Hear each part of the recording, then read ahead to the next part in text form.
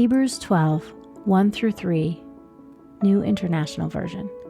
Therefore, since we are surrounded by such a great cloud of witnesses, let us throw off everything that hinders and the sin that so easily entangles, and let us run with perseverance the race marked out for us, fixing our eyes on Jesus, the pioneer and perfecter of faith. For the joy set before him, he endured the cross, scorning its shame, and sat down at the right hand of the throne of God. Consider him who endured such opposition from sinners, so that you will not grow weary and lose heart. Isaiah chapter 53, New Living Translation. Who has believed our message? To whom has the Lord revealed his powerful arm? My servant grew up in the Lord's presence like a tender green shoot, like a root in dry ground. There was nothing beautiful or majestic about his appearance, nothing to attract us to him. He was despised and rejected, a man of sorrows, acquainted with deepest grief. We turned our backs on him and looked the other way. He was despised, and we did not care. Yet it was our weaknesses he carried. It was our sorrows that weighed him down. And we thought his troubles were a punishment from God, a punishment for his own sins. But he was pierced for our rebellion, crushed for our sins. He was beaten so we could be whole. He was whipped so we could be healed. All of us, like sheep, have strayed away. We have left God's paths to follow our own. Yet the Lord laid on him the sins of us all. He was oppressed and treated harshly, yet he never said a word. He was led like a lamb to the slaughter, and as a sheep is silent before the shearers, he did not open his mouth. Unjustly condemned, he was led away. No one cared that he died without descendants, that his life was cut short in midstream, but he was struck down for the rebellion of my people. He had done no wrong and had never deceived anyone, but he was buried like a criminal.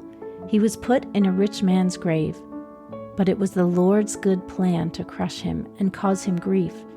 Yet, when his life is made an offering for sin, he will have many descendants. He will enjoy a long life, and the Lord's good plan will prosper in his hand. When he sees all that is accomplished by his anguish, he will also be satisfied. And because of his experience, my righteous servant will make it possible for many to be counted righteous, for he will bear all their sins. I will give him the honors of a victorious soldier, because he exposed himself to death. He was counted among the rebels. He bore the sins of many and interceded for rebels. Isaiah chapter 53, New International Version. Who has believed our message, and to whom has the arm of the Lord been revealed? He grew up before him like a tender shoot, and like a root out of dry ground. He had no beauty or majesty to attract us to him, nothing in his appearance that we should desire him. He was despised and rejected by mankind, a man of suffering and familiar with pain, like one from whom people hide their faces. He was despised, and we held him in low esteem. Surely he took up our pain and bore our suffering. Yet we considered him punished by God, stricken by him and afflicted. But he was pierced for our transgressions. He was crushed for our iniquities. The punishment that brought us peace was on him, and by his wounds we are healed. We all like sheep have gone astray. Each of us has turned to our own way, and the Lord has laid on him the iniquity of us all. He was oppressed and afflicted, yet he did not open his mouth. He was led like a lamb to the slaughter, and as sheep before its shearers is silent, so he did not open his mouth. By oppression and judgment he was taken away. Yet who of his generation protested? For he was cut off from the land of the living. For the transgressions of my people he was punished. He was assigned a grave with the wicked, and with the rich in his death, though he had done no violence, nor was any deceit in his mouth. Yet it was the Lord's will to crush him and cause him to suffer. And though the Lord makes his life an offering for sin, he will see his offspring and prolong his days, and the will of the Lord will prosper in his hand. After he has suffered, he will see the light of life and be satisfied. By his knowledge my righteous servant will justify many, and he will bear their iniquities.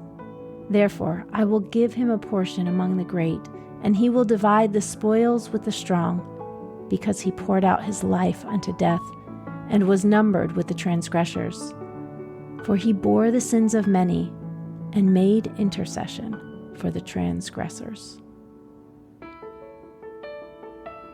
Hebrews 12, verses 1 through 4, New Living Translation. Therefore, since we are surrounded by such a huge crowd of witnesses to the life of faith, let us strip off every weight that slows us down, especially the sin that so easily trips us up, and let us run with endurance the race God has set before us. We do this by keeping our eyes on Jesus, the champion who initiates and perfects our faith. Because of the joy awaiting him, he endured the cross, disregarding its shame. Now he is seated in the place of honor beside God's throne. Think of all the hostility he endured from sinful people. Then you won't become weary and give up.